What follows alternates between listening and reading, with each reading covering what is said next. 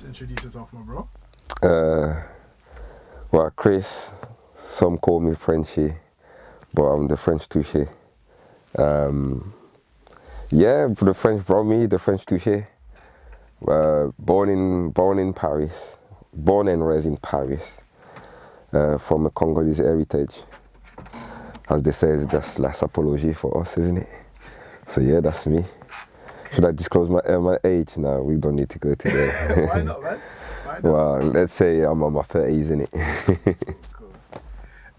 Yeah, just talk to us about, for those who don't know, what is it that you do to start off with? Mainly coaching, football. So yeah, I'm in the environment, coaching, mentoring. That's what I do mainly. Okay. How did you get into it? Yeah.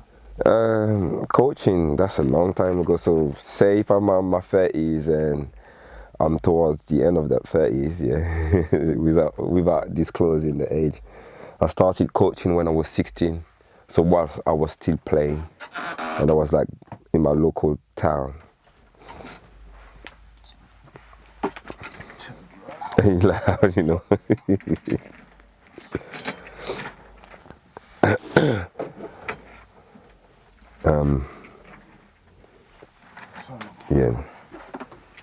Yeah, better, ain't it? So as I said, I started coaching whilst I was still playing. So I was 16 when I started. We called it l'école de football. So the French say the football school, which starts from the foundation phase. Everything that is in between 4 and 7. That's why I started coaching. Yeah. Okay. What got you into coaching? Cause I was just helping out. Like while I was playing, still being a player. I was just playing out and just my love for the game. Really, I wanted to like learn how because I had good experiences with some coaches. I wanted to transfer that experience myself as a coach to the young generation. So yeah, that was to help out first, and then it became what it is now. what was the team that you played? What team was it in France? Évry. So Évry is like the suburb of Paris, the south suburb of Paris. On dit le 9-1, 9-1. That's just one of our, I won't say rough area. Yeah, I guess rough areas are everywhere, but the burbs of Paris is like, yeah. We've got great talent in my city. That's what I can say. What it was like in France, it was fun. It was fun. At the time that I grew up in France, yeah, it was like, I'm an 80s baby, so it was a lot of fun outside with the friends. Street football, catch football, futsal. But not just like with the football, we're playing baseball, basketball, all sort of sports that was just keeping us outside. So that's what it was like for us back home in France. So the transition in between playing and coaching, actually I didn't transition straight away. I was doing both, so I was playing and I was coaching at the same time. So that was giving me a different perspective on the game, especially coaching the young players. And when I started coaching is because I broke my ankle. So in spare time, nothing to do at home, I just go to the club and just help out with my crutches and everything. So the transition happened later on, really. When he started to get serious for me in coaching was probably 2 years after starting. So I rapidly moved up the ladder in my club, and I've coached literally every single age group all the way up to the under-19s. And my club is really well represented in our area in terms of so the system, the way it works in the system in youth football in France is like you've got all these, the academy teams at the top, so the first division essentially, like your PSG, like your Lille, your Monaco, all the big club, and then you've got a club like us that are in the region. So the league below that Grand National League, it would be the highest regional league.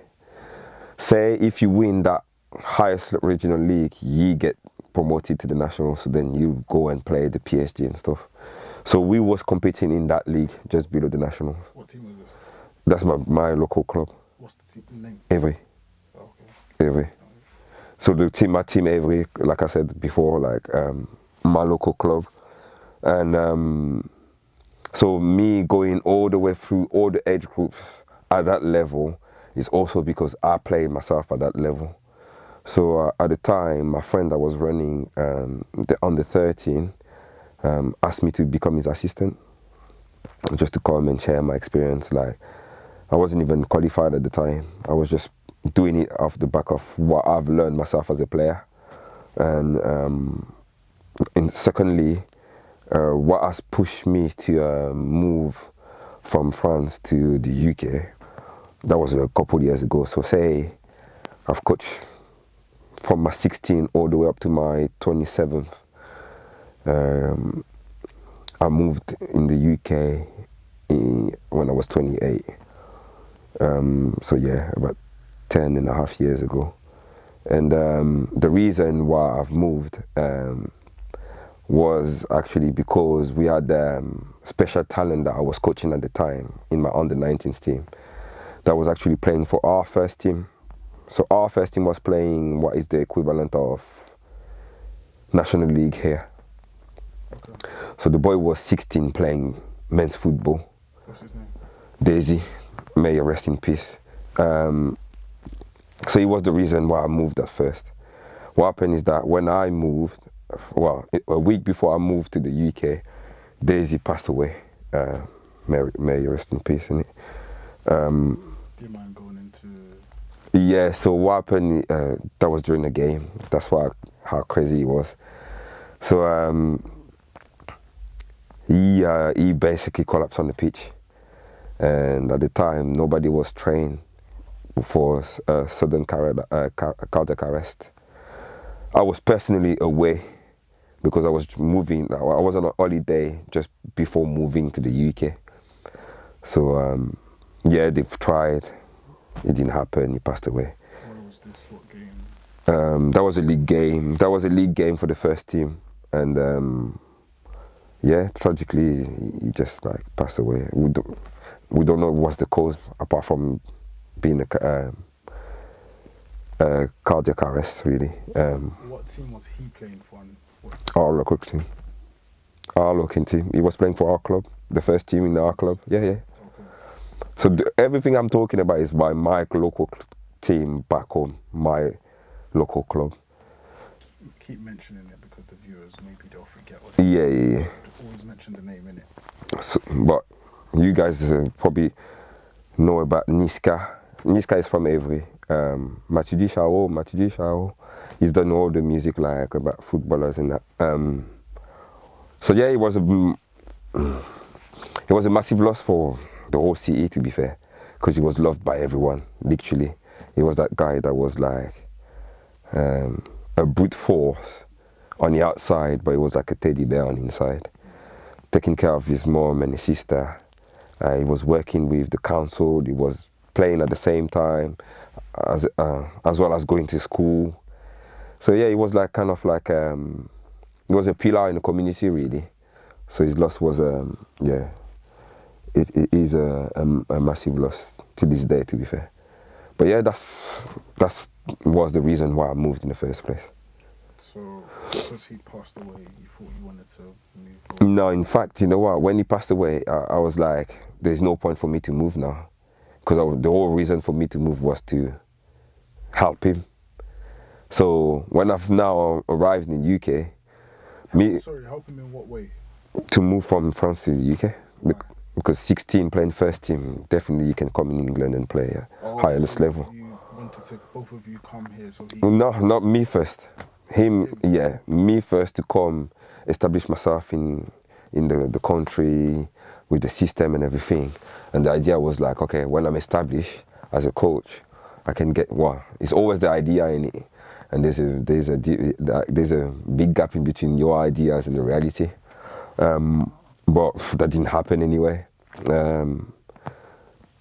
So yeah, when he passed away, I was like, what's the reason? Like, what's the point of me moving now? Like, but then I'm a spiritual person in it, so I was like trying to find the answers why. What was the message behind such a young man, so loved, and so why God would take him back in it? And that's always like going back to the best always live first. But yeah, it's literally what it was at the time for me actually. So what I done then is like I said, you know what, you can't give up. You can't give up because that would not be honoring his memory really. So I was like, you know what, let me do as it was planned. So to put back everything in context then. So yeah, I moved in the UK in June 2014. A week later, I was doing my level 1 because I booked my level 1 from when I was back in France. It's a family member that just asked me at the time when I first arrived. And everyone would know that I was coming to trying to get a job seeker allowance at the time because obviously all the Frenchman that comes in says, yo, you can get like job seeker allowance, 350 every 2 weeks. Man's thinking, yeah, that sounds good.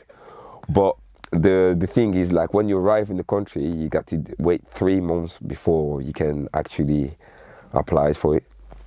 So I went back home, done the pre-season with my under-19s, and in September I came back. Now I'm coming back with my level 1. I'm applying for jobs while I'm back home. So I stayed back home about 2 months before I come back. And actually, when I came back, job center, do all my old things, and then I start getting money. But for me, it was like job seeker allowance, like job seeker allowance, like that's peanuts. Like, what can we do with that really? But free money, but you got to go and sign in and all them things. Like, people will know anything. But at the time, me, I'm a freshie. I don't know nothing about that. So, but because I'm a grafter, I was like, nah, there's no way I can just wait on the allowance money. So I was like, I need to go out. And with the job that I was applying for, there's one job that was in America. As I come back in September now, a week later now, I've got a job interview over Zoom with the American people. In fact, it was You found the opportunity. yeah. So the company I worked for was it's called UK International Soccer. So I guess he was a UK man that went to do his company back in the US, and yeah, they were taking like British coaches. So when I've seen it, I applied for it. I was like, why not? So when we get onto the interview, the guy, bear in mind, man can't speak English like that, you know. Like, when man saying freshie, like, we're talking freshie, like. So man is trying his best, you know. I understand what the guy's saying, but in a conversation, I guess I managed to make the guy understand me somewhere. So at first he was offering me 6 months contract to go. After our conversation, he was like, you know what, I'm actually giving you 9 months. So I was like, oh, happy days. So I went through a assessment, like a practical assessment. Went there, smash it, whatever. We're talking November 2014 now. I get the job, and then February 2015, I'm now in America. So I'm learning in Chicago. That was actually, I went to America for coaching, what they call soccer. Football, guys. Let's forget about soccer. Sorry, guys, Americans, I love you, but he sucks, like you'd say. To be honest, it was the best experience of my life so far. So you landed in Chicago. 2014. 2015 now, February 2015. Landing in Chicago, it's winter. Did you experience anything mad over it? You see, what was the maddest thing you seen over there? No. Nothing too mad. Nothing too mad. Yeah, maybe something mad. So this is what Chicago is like. You got the north suburbs of Chicago and you got the south, as everyone knows. The south is Chirac. But the host family that I was staying with was living in the north suburb of Chicago, which is, at the time, was the third richest suburbs in America. The thing is, like, you live in, well, I was living in a $5 million house. Like, the host family that host me was, I can only just say, much love for them people. Like, they host me, we became family, really. Yeah. And the maddest thing that I've seen then is this. So I'm driving in the suburbs and a police car. So if I imagine black man in America thinking, yo, and actually the police actually was a police woman. She wind out his window, I'm winding down my window. She says, "Hi Chris, you all right?" I'm thinking, huh? I am baffled. Like, I'm like, Mrs. Officer, I'm okay, thank you very much. And she's like, "You confused, isn't it?" I says, "Yeah, so everyone knows you in this area." I says, like, "How?" "Wow, the French coach with the big smile." And I was like, "Wow, yeah, everyone is talking about you in a positive way." And I was like, "Wow, that's crazy." Bear in mind, I've been in that community for like, what, 2-3 months really at the time. When so that's one mad thing that I experienced. If you got any speeding tickets, just call me, I got you. And I was like, wow, crazy. And at the back of that, the other craziest thing is that I drove to the south of Chicago, Chirac, and that was a different environment. So it's like, imagine if you go from the suburbs where big houses and rich people, basically, to a third world country. No word of a lie. The contrast is just crazy. And you drive from the north to the south, you drive like, say, 45 minutes. No traffic, 45 minutes. It was crazy. Police car every 5 minutes. So every block you got a police car. It was mad. That's for me, is like, it's not a myth when they say there's like a murder every 5 or 6 minutes in Chicago, because that's like real. So yeah, that's one of the mad things that I've seen. Away from all the American experience, like Jake on the lake or all them things. I visited 3 states: Michigan, Ohio, Iowa. I was staying in Illinois at the time. So yeah, the experience was just mad. So take it back to like the coaching. So you're in Chicago now. You're staying with the family. Yeah. You're 3 months deep. How is it going? What's the progression? Where are you going from there? So the way it was working, the progression. So when I get to Chicago now, we're into a program. They call that there was a recreational one and there was a competition one. So I work every single afternoon after school, kind of like what I do here, to be fair, but we get to that. I'm coaching different teams. That was my first time coaching a girls team. When I get there. So I had 2 teams. I had the boys team under 10 and a girls team under 10. The way it happens in America is weird. They've got. Sorry to cut you off, my bro. Sure. Was this paid as well? Yeah, that was paid. Yeah.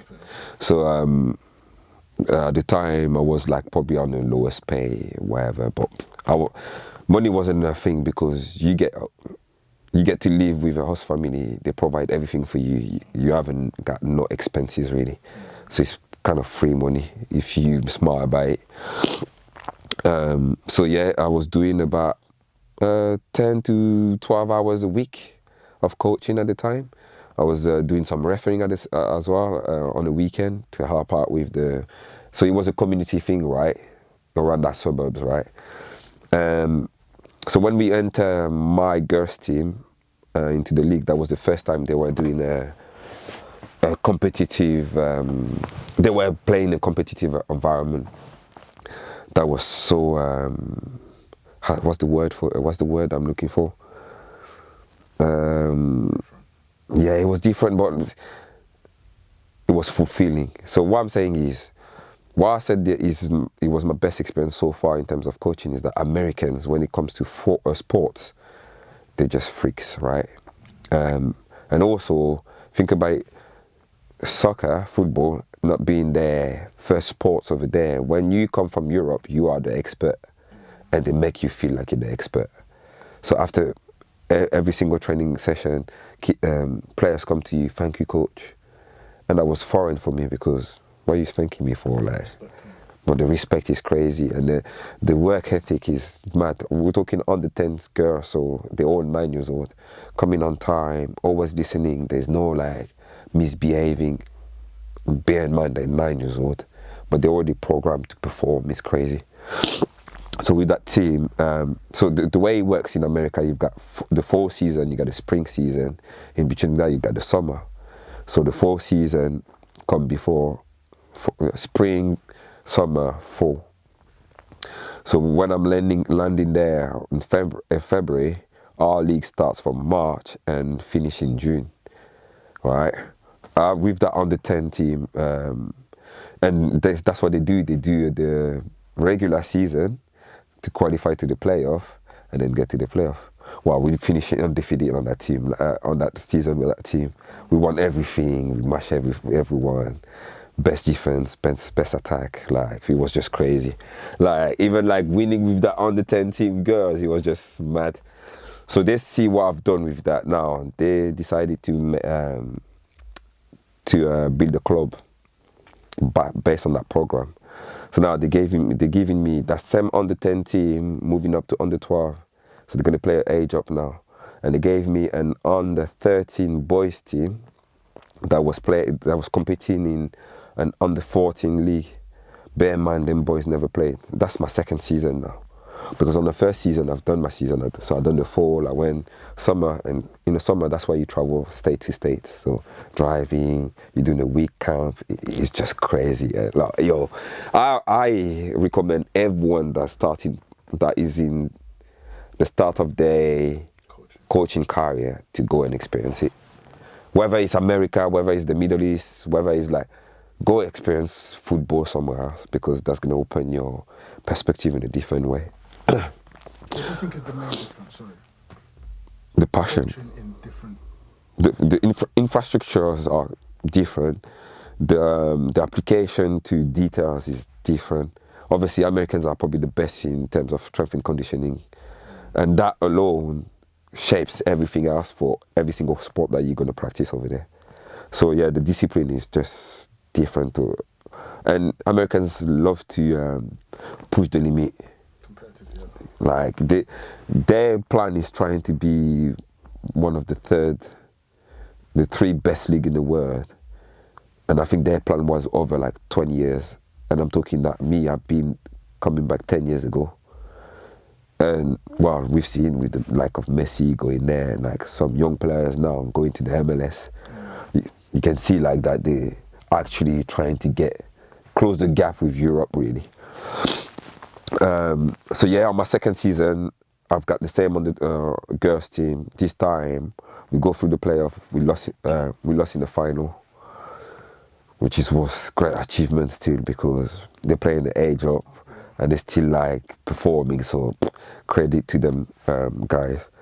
And with the boys, we've done the same measure. So take the team from scratch. We finished that season 10 games.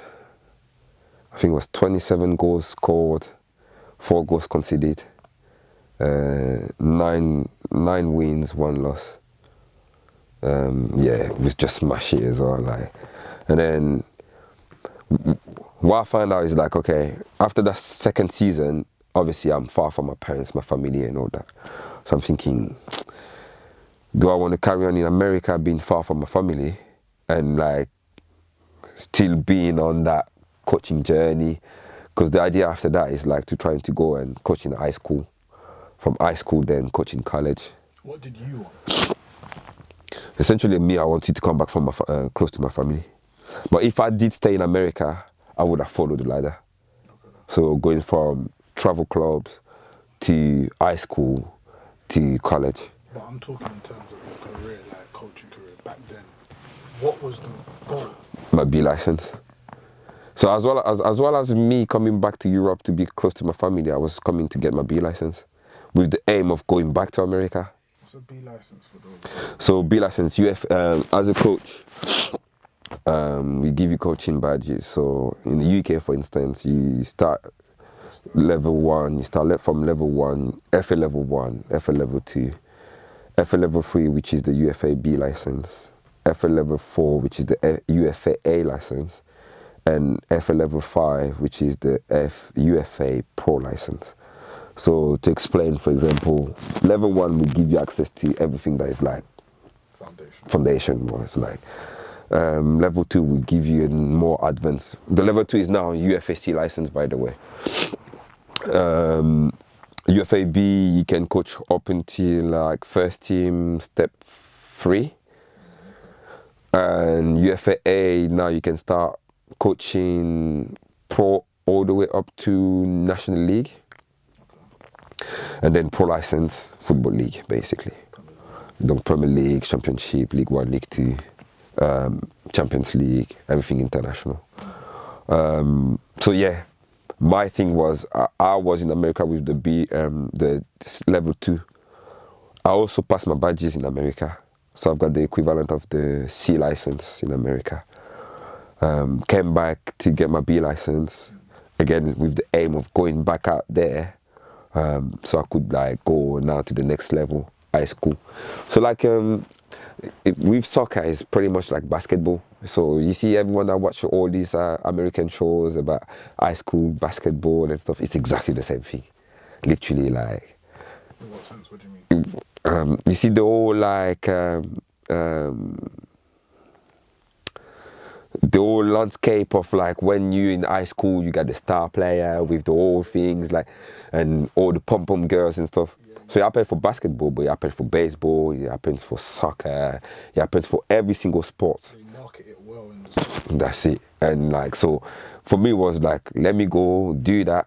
So what coaches would tend to do, if they're doing well in grassroots, they go for high school, because obviously the system in America is different to us in Europe. So from high school, let's say you're a bang up player, whatever, you go to uni. Uni you get from the highest level you can play at uni is D1, Division 1 college, right? So all the Hy-Vee colleges and stuff, they pretty much all D1 colleges. Then you got D2. It goes all the way down to D8 colleges, right? Okay, so sorry, just quickly run us through, because I don't know how the football pyramid works in America, so touch on that. Everything is about your, it's exactly the same system as the basketball. So when they're saying to you, them boys and girls are going from primary school to high school, from high school to college, from college to being drafted to the NBA draft or the MLS draft.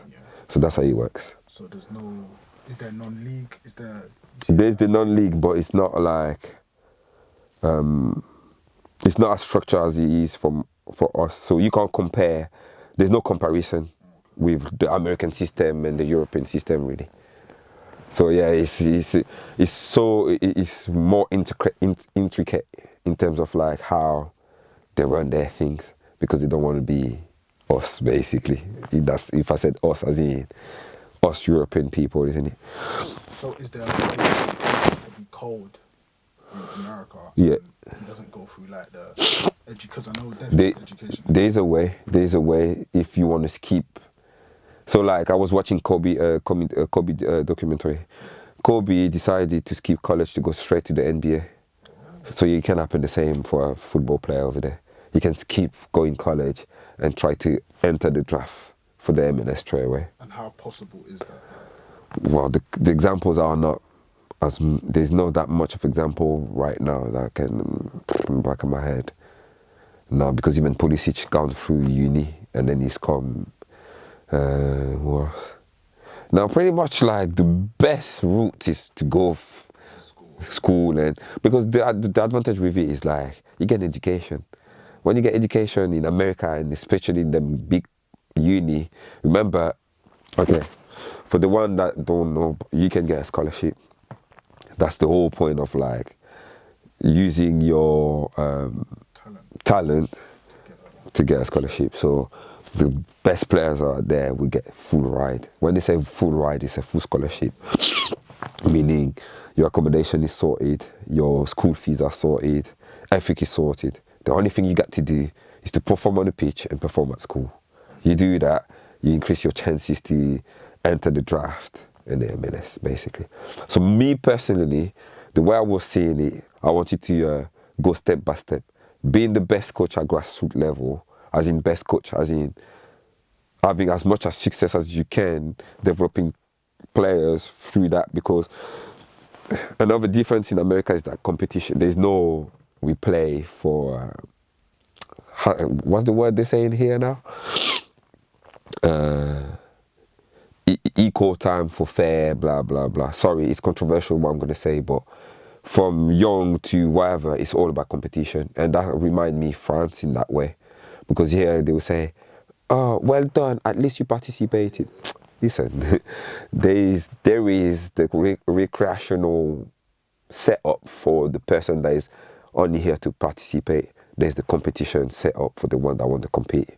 And that's one thing that I prop America a lot with, because that reminds me of my childhood back home in France, where here in the UK at grassroots level, they will tell you equal game time. It's not all about winning. And for me, it's like we're setting the kids to fail, not just in football, in life in general. But that's another subject again. So yeah, I wanted to go be the best at that level, and then just go step by step, high school, college, and then eventually, why not be in the MLS? But that was me 10 years ago. Yeah. You've come back to the UK now. How come? Did you go back to America? Or Nah. So what's happening? So first contract 9 months. Come back to the UK just to do your visa back and go back for another 9 months. So now coming back November 2016. With a level 2, apply for my B license, my UFA B license, the badge again. Didn't get on it until 2018, to be fair. So, sorry. Sorry guys. No, don't put it, because that's going to be worse. Yeah. So, back in 2016, I work in play football. So for the Brommy people that we know about play football, some of you will recognize my head. They probably think, oh yeah, that was him at reception. It was always patting us like pitches and all that. You see the youths been saying that, yo Chris, he was at reception, this, that. So that's what I've done first. Because at the time, ECLAC, everyone would know ECLAC in Birmingham as well. There you go. So ECLAC, Birmingham Futsal Club, shout out ECLAC. He's the one that gave me my first job, really.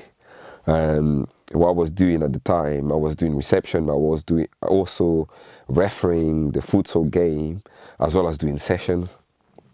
And that's how my name came out about, kind of like, oh yeah, that's the French guy working at Play Football.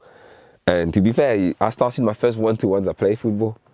Yeah, I was offering like one-to-ones for kids, like, but at the time, I wasn't even looking at it as making it a business, because I was still like into thinking that I can be in someone coaching's backroom staff and all that. I was still in that thing, like in that dream. I don't know if it's a dream, but yeah, I guess it was a dream, like more an objective than a dream, like, because I'm like, yeah, I'm into coaching. Do I dream about now? It was an objective to try and to get to that. So I worked for different grassroots club within that time frame. In between 2016 and 2019, I worked for West Midland Foxes. That's a grassroots club that is attached to Leicester in a way. Birmingham St George's, that was based in Erdington, that are now Paget Rangers. Bournemouth St Michael's, West Midland RTC, Redditch, how can I forget Redditch United? So yeah, I've been around, like, and that was grassroots level, but then I also coach at non-league level. So Redditch, I was first team coach at Redditch at the time when Dwan Darby was there. And then from Redditch, when Dwan Darby wasn't the manager anymore, I went and joined Romulus with Lanzia as my manager at the time. 3 seasons in non-league, and then it's sad because you see, it's a good experience because yes, you want to coach men's, and I've done it all again. That for me was like I can do it from grassroots to the youngest kid to the oldest man in like non-league football, really. But the sad reality that you find out in non-league is that once you go in to get your badge and stuff for coaching, a physio goes uni to try to become a physio. But a physio will get paid, and you as a coach, you don't get paid. Right? So how does that make sense? Obviously, it's not all the coaches, because with the budget that the gaffer had at Romulus, he wasn't allowing him to pay the staff. So in the backroom times, there was me as a first team coach, there was the goalkeeper coach, there was the assistant manager, there was the set piece coach. So now the gaffer is only given a budget to pay the players and the physio. But for me, it's foreign that the physio get paid, but not the coach, when I'm here all week long to do the sessions and all. Do you know what I mean? So when I finished the experience, my gaffer didn't renew with Romulus at the time, so it was perfect. It was a perfect getaway to kind of like leave the non-league. And then from there, on the side of that, I was actually starting TFT. What's TFT? So TFT is the French touche. It's my, it's a brand. It's my brand, basically. It's my personal brand. I'm the French touche. And with that brand, I've created a coaching methodology that is a mix of what I've learned back home in France, what I've learned in America, and what I've learned here. All this gives you the French touche. The meaning touche, people, when you watch TV and stuff, people would say touche after, I don't know, say... Respect. Yeah, it can be touche respect, but in that meaning, the touche is the touch. So us, when back home in France, when we talk about touche, the meaning is more like it's a fine touch. It's like delicate. And everything that I do in terms of coaching, I'm into that thing where I break down everything I do. Details is like, and remember, we're watching. I've been into football since I'm born. Passionate more than my dad was passionate. Passionate like probably more than the kids nowadays that are into football. What's made me done that was that some players was asking for it really. And at first I was kind of, I was a dinosaur. I was a dinosaur in my way to think about that. I was like, why would you pay someone to do one-to-one? It's foreign for me because you see the way we grow up, we didn't grow up with no one-to-one. Yeah, it's the streets. It's just us, innit? Man, them, get a ball. This is how we kick. This is how Beckham kicked the ball. This is how Zidane kicked the ball. Let's try to replicate. That was the one-to-one. But you got to evolve with your time, isn't it? So I've seen the gap. And the gap was that no one at the time, me when I came back in the UK, no one at the time was doing one-to-ones. We're talking 2016. Pop me up, like pop us on the comment if you did in 2016 in Birmingham do one-to-one. I'm pretty sure you're a liar. Because I started it. Obviously I'm outside, people see me doing it. But it's just as hard also. And so in between that time frame in 2016, 2019, doing my badging and my coaching, I also work in school as a mentor. So first as a teaching assistant and then as a mentor, behavior management, mentoring really. So all your naughty kids or whatever, they call it naughty because they can't deal with the people they don't relate to. So they call us mentor, but really they put us in there because we can relate to certain of the kids, right? And an opportunity comes alive, PSG Academy England. Yeah. So PSG Academy England, you know PSG being a big international brand right now. So PSG actually franchised their brand. For 100k a year, you can use the license to use the PSG brand. So this guy, entrepreneur in the UK, got the license, don't have nobody to run the business essentially. So I was just looking on Indeed. Oh, PSG Academy, and I'm thinking, oh, what's that? Apply for it. The next day I get a call.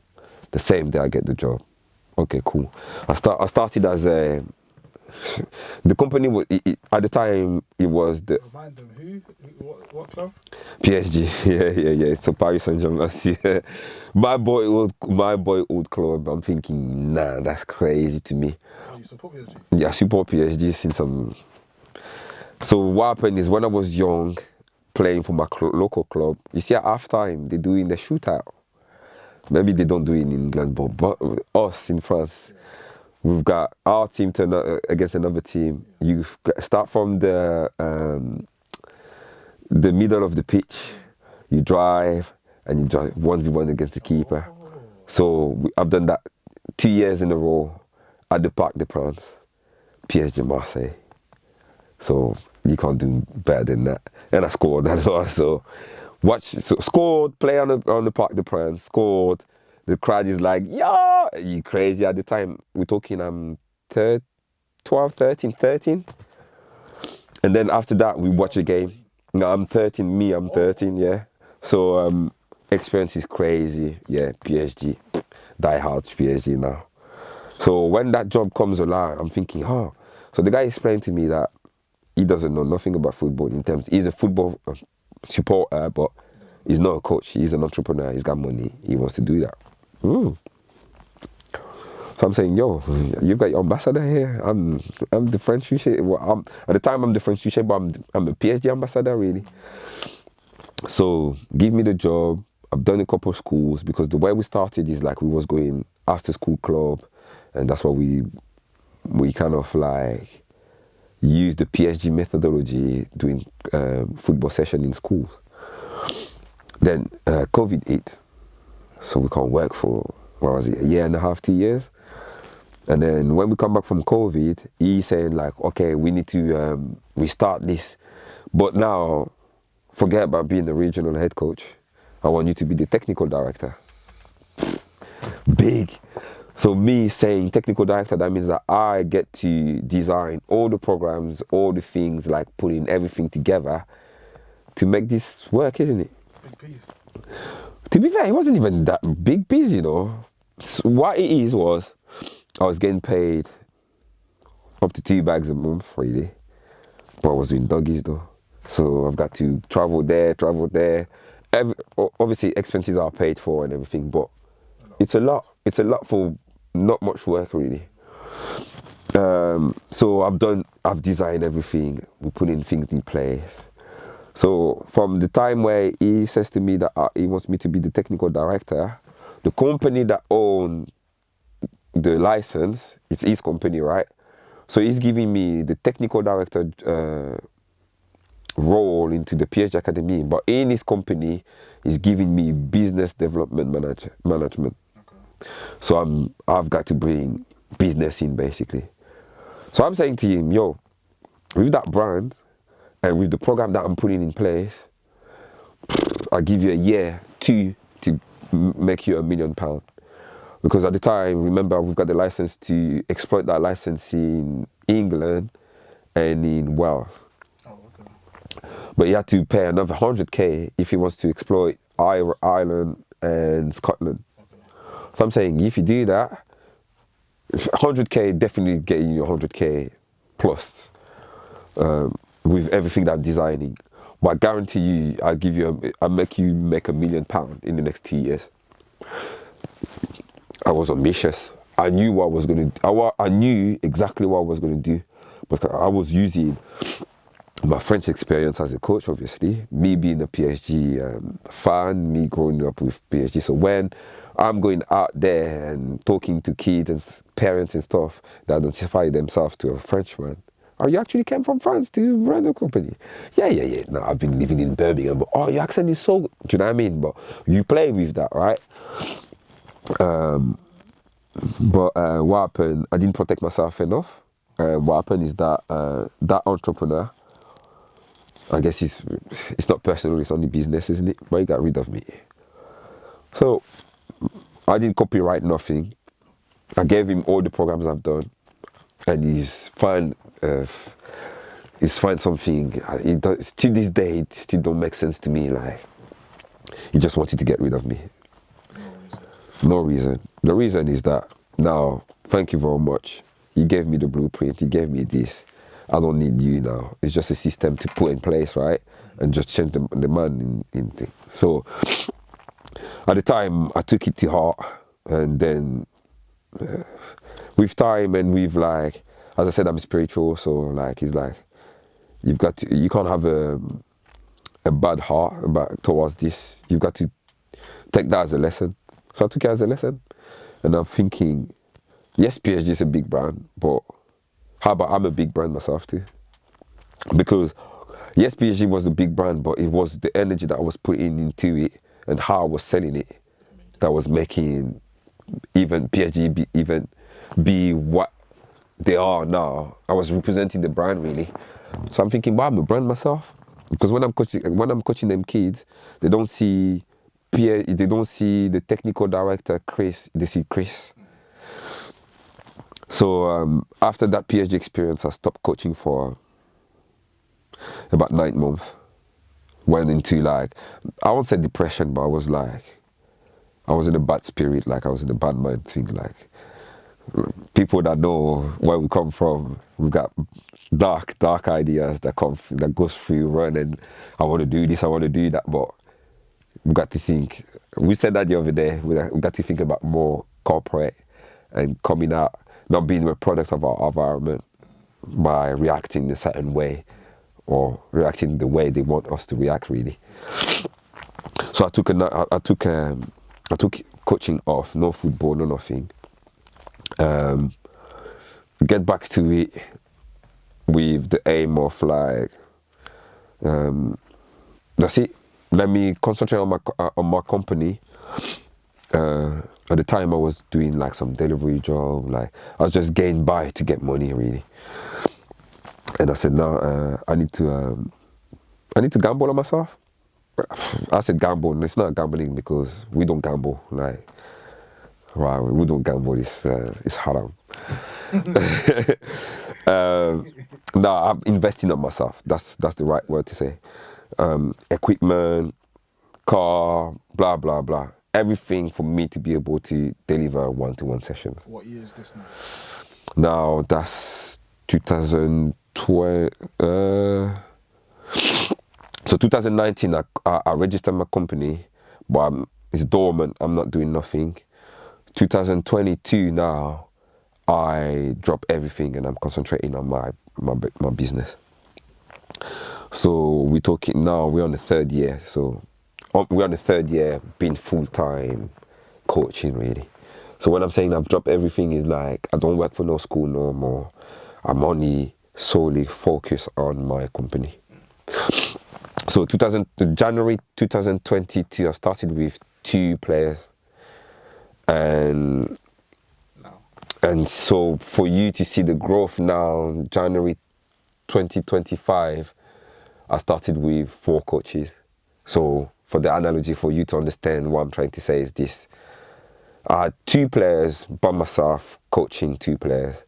In 2025, I've got 4 coaches working with me, and I've got 50 plus players that we work with. So that's the growth that we had within not even 3 years now, because as I said, we're on the 3rd year now. So yeah, started January with 4 coaches, but now it's now April. Actually, it's the 2nd of April. 1 coach dropped, life, staff, and everything. We can get to that, but yeah, that's the growth of TFT now. So I'm gonna go in more details for that, but TFT. So the French Touche is me, Chris, the brand, and I've created TFT Institute. So it's my football school where I deliver one-to-one, duo sessions, small group session, max up to 12 players. So what I'm saying, small group session is 4, 8 or 12 players that can come from different clubs. But this is created for players that are playing grassroots level or a high level. So we're talking working towards getting to Cat 1, Cat 2, Cat 3, Cat 4 Academy, regardless of the Cat, but trying to get there. And it's also open to, obviously, Academy players that we work. With Academy players, we work with them more on a one-to-one basis, but we're now opening to more group sessions where the levels are matching. So then, if you are a bit behind, you've got to step up to make sure that. The institute, why institute? Because I'm French, mate. Like institute, that again, that's the delicate things that we're talking about. And the institute is also a mix in between a school and a lab, because that's where in the lab that's where we prep all these athletes and stuff. But it's not just football; it's education. And why I'm saying school is about this, because it's about life experience, not just football experience. Like, do you know what I mean? So we're trying to guide the boys and girls that we work with based on what we've done. Well, I've been in the circuit now for 20 plus years now, innit? So I've seen, I've tried, and don't get it twisted, it's still a learning curve. We're still learning on the spot. We're creating systems that get us to 50 plus clients. But I won't be that guy that will say to you, sign up to my course, I will teach you how to get from 2 to 50 clients. I won't do that unless you want me to. I get your money, no problem. But yeah, no, we're out there to try to guide the people them really. Ooh, the controversial, like they're gonna watch that thinking, yo, coach, you didn't shout me now. So I won't say I've got one prospect. I've got multiple prospects that I've got. That all have the potential to make it pro. When I'm saying make it pro, we already got a pro player. But me personally, if you haven't reached 100 games in a pro game, you're not a pro player. That's how I see it. And that's what I said to my boys all the time. You're not an established player until you've got 2 to 3 seasons in your arsenal, really. So Laken, I'll start with Laken. Laken who? Laken Torres. So striker, now playing for Real Sociedad Gimnástica. Do not get it twisted. It's not the Real Sociedad that's playing against Madrid yesterday. That's Real Sociedad Gimnástica that is based in Santander, and that's a third division that plays in the third division in Spain. Laken's moved there from Watford, where he was on his second year pro. And we got Laken into Watford from Chesterfield. Laken is a striker at the time. How did we get in contact with Laken? It's because another boy that we look after, Sam, shout you out, and we come to that as well. Sam who? Sam Sebagabo. So Sam, Derby County for 5 years. Didn't get the professional contract there. Done a year without playing. He's now in America, and all this is done basically with our guidance, if that makes sense. We've got Pedro Astok, so Pedro Enzao. He's under 18. He's a winger, attacking player, winger. He can play in the pocket.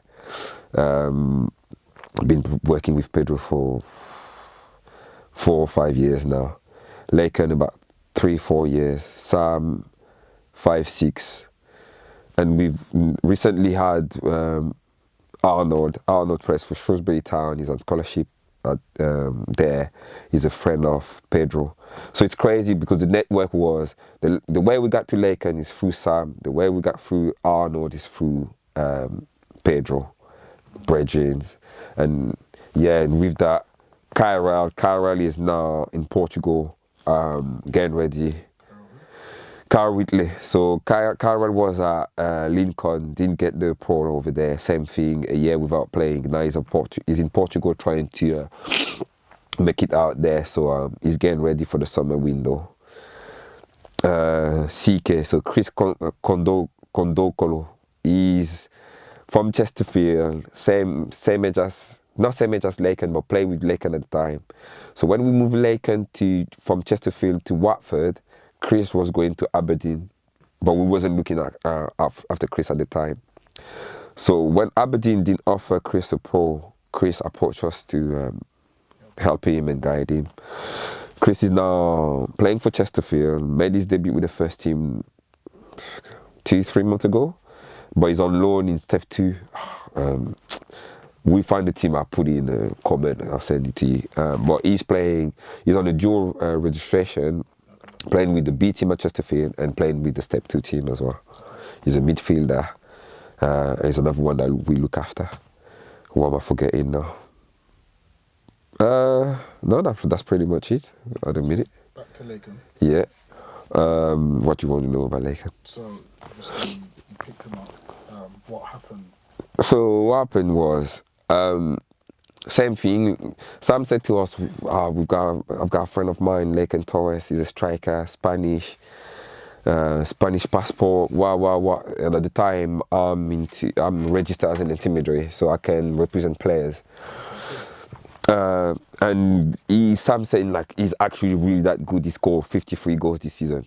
We like, whoa, under 18, but obviously it's football education program. So we're thinking, still 53 goals is worth having a look. So I said to him, yo, when he's ready, he just call me. And saying this, couple days later, Laken called me.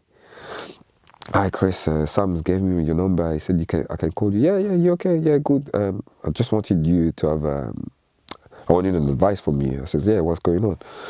I've done the pre-season with the first team, so that's at the back of him scoring 53 goals that season. He's done the pre-season with the first team, scored 5 goals in that pre-season, but he's saying that the first team manager is not counting on him, so they're trying to send him on loan to a Step 3 team. Bear in mind, at the time when that's happening, Laken is 17. So I'm saying to Laken, wow, Step 3, I think you should try to fight to stay in the first team. But if it doesn't count on you, that Step 3 could be a good move. So he goes, okay, thank you, no problem. At the same time, I'm taking Laken's profile and I build up a profile. So all his goals, I put that together, we done the highlight and send it out to clubs. So in all my experience, we talk about PSG, but I've been scouting for Derby County 2 years. So I was an academy scout there. So good relation with the head of recruitment at Derby. So I'm using that. Send up Laken's profile. Laken goes to Derby 2 weeks. Not fit for purpose. Fair enough. But sorry, when he was at Derby, he plays against Nottingham Forest. He had a tremendous game. So Nottingham Forest wants to see Laken. So he goes to Nottingham Forest for 2 weeks. Not fit for purpose. Fair enough. We send his profile to Coventry, Watford, Sunderland. 3 clubs are interested, but the club that's moved the fastest was Watford. And we've made it happen at Watford, really. Sorry. No, it's cool, man. Thank you. We've made it happen at Watford. So his first season at Watford, he scored 12 in 20. It was difficult for him because he had to adjust now from football and education program to actually full-time academy football. So in that first season, he'd been injured 2 months. So the performance is actually all right. 12 goals in 20 games. You think like if he had a fully fit season, he could have had good numbers. And on the second season, so they renewed his contract. So that was my first pro contract that I dealt with. Pretty much standard. No like myth where you have to buy clothes now. They gave us a standard contract. We looked at it. We done what we had to do. Yeah. So at the time, standard contracts for him is like £500 a week. If he makes appearances in the first team, that was another number, etc., etc. Yeah, there's bonuses, there's etc. So they renew his contract. And when they renew his contract, what I've done is that I've stepped out as a agent. The reason being is because network really, and know your place in it. So I've tried it. I know I can do it, but for me to build up a network is going to take so long that I'm going to jeopardize the boys' career. So I'm like, no, let me step out and let me find. That's it. So research for a couple months, research, and we actually now working with a law firm, sports lawyers. The company's the law firm is BS Group. So founded by Badou Sambake, former Mali international. He's looking after the like of Momo Simakan that signed for Al Nassr not long ago, Costello Lukeba, Leipzig, Timothée Weah of Juventus. Those like for the big names really that I'm giving you. But the agency is really established. It's a really good law firm. So yeah, they decided to believe in Laken. So on the renewal, they've took care of that. That hasn't changed nothing. Laken's gone from £500 a week, he's gone to £625 a week, and etc.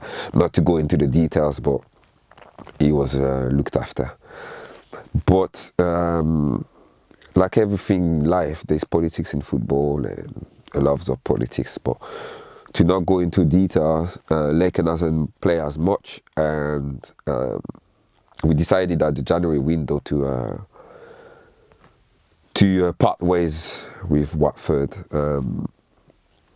It was a common agreement. It wasn't no bad blood or whatever. It was just like it was time for him to move, and we moved him to Spain. And so yeah, now he's there and he's trying his best. He scored last week his first goal for that team, and unfortunately that team is going to be relegated. So we got to work now towards the summer to find him something else.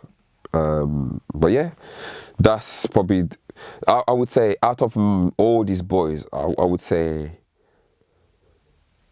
I see all of them making it to the highest level. Obviously for Laken and Pedro, it's probably, I won't say easier, but it's closest because they're attacking players. So for them, it's all about stats and performances. If Laken scores at the level that he's at now, if he scores 5 goals, that's guaranteed him that he can play at that level at least. So wait, hold on. You said easier because of attacking players. What do you mean by that? So because it's all about numbers. So as a defender, would you say it's more difficult for you to get a move more than an attacker?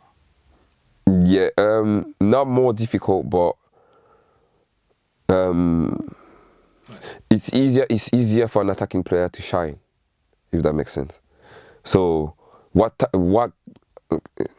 we watch football more on his own as a whole, right?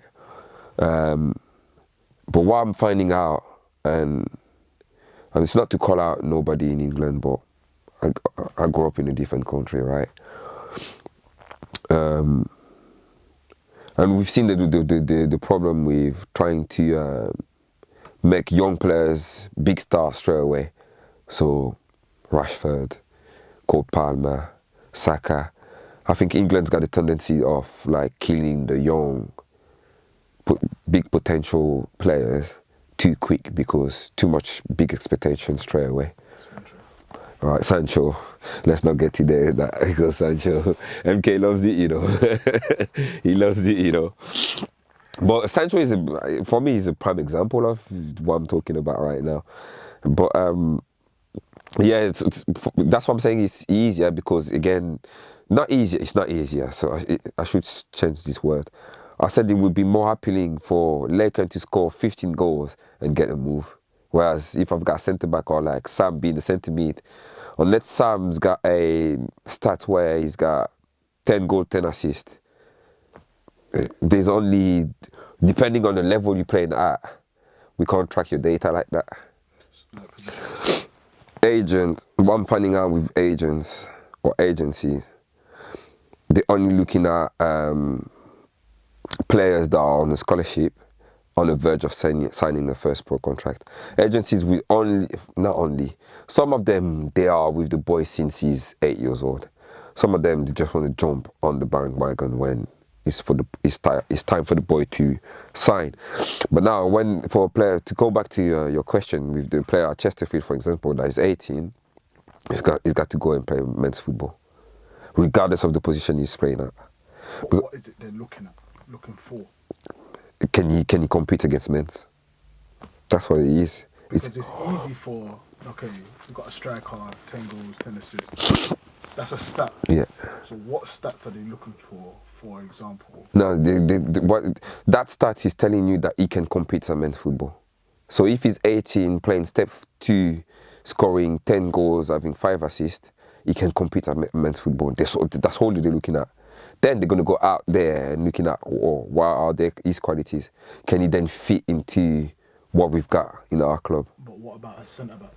What are you looking for? Centre-back, like, for me, and that's me, that's my own opinion, right? You don't look at them like... I'm only looking at facts. How many centre-back are 19 years old in the Premier League right now? If we look at it, we're going to look for long.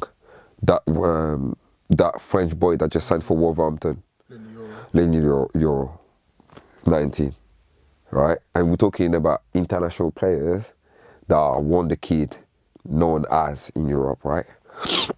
So now imagine for the 19 years old, a step 2 that's got to compete against Lenny Euro. You see the gap in between the two. So now the scout's going to be looking at, can he actually be better than Lenny Euro? And even that's probably like not even a comparison really. Sorry, it's not really a comparison because it's like, I've seen this young centre back at 19 at step 2. He stood out. There we go. How did he stood out? He was jumping higher than everyone. He was reading the game better than everyone. At men's football, not academy level, right? And doing this, then he's got the potential. But the reality is that, can he do what he does at our level?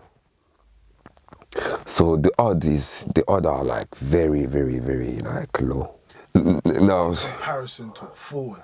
Watch. So there's an example: academy player playing centre mid, CDM, but the academy staff is saying you've got a better chance at centre back. The boy is like, nah, there's no way. And the fact is that at first he's reluctant to it, but then they're saying if you actually want to make a career in that level, think about it. So now the boy's getting open to that idea. Sign his pro as a centre back, playing right back, make his debut as a right back in the first team. But see, if your boy now is really reluctant and he's like, no, I'm a centre mid, then you're going to jeopardize your chance to actually make a career just because you didn't want to listen to someone else's opinion. So obviously there's like, we can pinpoint in it, but me, I look at the math. And now when I'm looking at the top 10 in the Premier League, I'm asking how many 19 years old can you see playing there? How old is Rico Lewis, Man City? Is it 19, 20? Yeah, around that age, I don't know. There's not much, and he fits into a system. It's like Saka. Saka, superstar now. We've seen Saka under 18 Premier League final against Derby. Derby won that final. Saka is playing left back at the time. Oh, he was. Yeah, and he scored the first goal in the first half. Second half, he's gone ghost. So, and then in that summer, Saka pre-season be first team. That's the Saka you see now. But based on what I've seen on that final, I'm thinking, wow, because he's put some work in. He's definitely put some work in. Because I remember when Saka started, Arteta was playing him left back, left wing, everywhere. Up until he said, nah, my spot is right there. Why? Because he put in the stats. So when he's putting the stats at that position and he become international, his stage is changing now. He's not an academy product no more. He's not an academic graduate no more. He's changed his status. So now there's no way Arteta goes to him, yo, can you go and play left back for me? No, it's impossible. He's come back yesterday, he scores straight away. You can see the impact. So everyone's story is different, I think, right? For me, why I say why it's easier for Lake and Pedro is just that I'm saying to Pedro had the sickness at the beginning of the year, Jan. He's out for a week or two. I'm saying, P, this is how I see it, me, based on my experience again. Say your first year scholar in a Cat 1 academy, you've got to push to try to start in 21s. I'll explain why I'm saying this. So now your first year scholar, you push for 21s. Say you start in every game in under 21s. On your first year scholar, that's crazy, happy days. On your second year scholar, you asked to go on loan. Step 3, step 2, you play men's football. When it comes to your pro decision now, yes, he's ticked the box that you can play men's football. Okay, that's gonna decide if you're gonna be on the standard contract or if they're gonna actually invest in you, giving you a 2 or 3 year contract with a clear plan of saying by year 2 you got to make your debut in the first team, right? So that's what I advise to every single academy players, whether you're Cat 1 or Cat 4, is to go out there and play men's football, because a lot of argument is that we don't know if he's going to be able to compete as good as he did at men's football, and for that to happen, you got to go on loan. The problem you've got though is that non-league managers are really some of them are really dinosaur with things. So you're going to go on loan over there and you're not going to play. Plus, you're going to go on loan over there thinking you can play 1 touch, 2 touch like you play academy football. That's not what it is. Non-league football is all about the physical aspect of it. And the reality is that at the highest level, yes, the technical aspect is there, but it's all about the physicality. If you can't cope, Lamine Yamal, his football IQ is getting him to go away from of the physical element of it. Like Mbappe when he started. Mbappe was like this when he started. But his football IQ was that developed that he could dodge the physicality. But look at Mbappe now. And watch Lamine in 2 years' time, when he's going to be putting muscles on and stuff like that, right? So for young players, for me, it's like if your football IQ is not up there, look at Cole Palmer. Cole Palmer at City, it was supposed to be the next after Mahrez, isn't it? But Pep probably saw something that... And I've watched the commentary about the documentary is The New Generation or something like that, on Amazon. Everyone, you should go and watch it. Cole Palmer's dad is saying that Cole is not a system player like Foden. Cole is a creative player. He needs so when he goes to Chelsea, where there's no system as there's a system, but not like Pep, where everyone move that way. He's playing chess, right? We give him more freedom, and now Cole is now the Palmer that we've seen last season. And for some players, it's like this, right? Pedro, I believe with all my heart that Pedro's got that foot. We are still working on that football IQ for him to develop that football IQ. Pedro was pretty much like Ousmane Dembele. For me, I compare Pedro and Ousmane Dembele. Why? Left foot, right foot, the same. Ousmane Dembele was really, before Enrique done the transformation that he's done with him, he's pretty much a direct winger. Head down, do what he got to do. Now he can play centre forward, dropping deep into the pocket, make the people play. If you watch the goal against Liverpool, PSG score from Mendes passing to Dembele, that's dropped deep. Dembele going to Barcola on the wing, Dembele sprinting towards the goal, Barcola put it in the area, he scores. Dembele couldn't do that last season, or even when he was at Barca. That's because Enrique is worked tactically with him by enhancing his football IQ. With Pedro, we're doing the same thing. I'm saying Pedro was pretty much the same thing, where I said to Pedro, you need to be able to drop in the pocket. You need to be able to make your teammate play. You can't just be the one that's going direct. Because otherwise you're going to just be judged by the fact that you can't beat your man on 1v1. Use something else. So that's what we work. When we do one-to-ones with Pedro, for instance, it's not just be on the pitch and do repetition of it. It's be on the phone, it's going out, watch his game, and doing the all analysis based on his game, having a conversation with him. So then he can implement that when he goes back to you. Why I'm doing this is because the day he does his debut with the first team, or he goes actually train with the first team, show them that your football IQ is there. How do you work on your football IQ? A lot of analysis. For me, it's a lot of analysis on your own game. It's a lot of analysis on one of the best players in your position. You got to analyze them. So for me, I'm saying to Pedro now, you need to go and analyze Dembele. You need to go and analyze Lamine. All these type of players, Rafinha. All them ones that can play both sides and they can drop deep in the... watch them. And when you watch them guys, don't watch just them guys. Go back a day. Go watch Zidane. Go watch Thierry Henry when he was playing left wing at Barcelona. You see, like, go watch the great of these games and learn from them. That's how you're going to develop your football IQ. And then when you get to the pitch, it's all about anticipation. For me, it's like, when I was playing, I was trying to always be 2-3 steps ahead. And that's what my coaches were saying, like tactically I was so aware because I already knew. So, you see, when you say to a player, check your shoulder so then you know what you're going to do next. I'm looking at Xavi. Xavi. Everyone's probably seen that video of Xavi checking.